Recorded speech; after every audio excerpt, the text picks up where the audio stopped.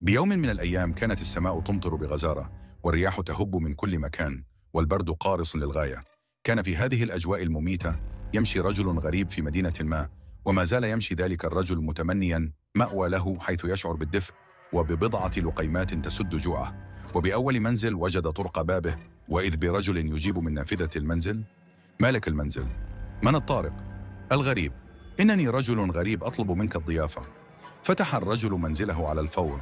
أدخل الغريب وأقعده بالقرب من المدفأة، كما أحضر له جاكتا ليدفئه زيادة. قام بإعداد أشهى الطعام من أجل ضيافته، وبعدما انتهى الغريب من تناول طعامه أعد مالك المنزل لكل منهما كوبا دافئا من الشاي.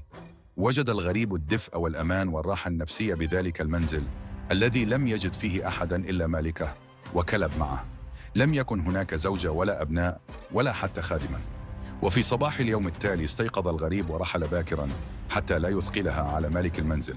أول ما استيقظ مالك المنزل أعد الفطور وذهب ليوقظ الغريب، ولكنه لم يجده.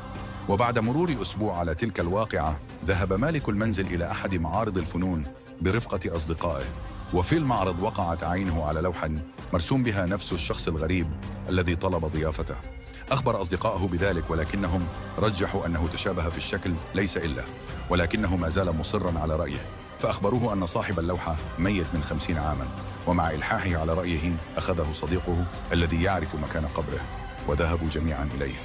وهناك كانت المفاجأة التي أذهلتهم جميعا: وجدوا قميص مالك المنزل الذي أعطاه للغريب على قبره.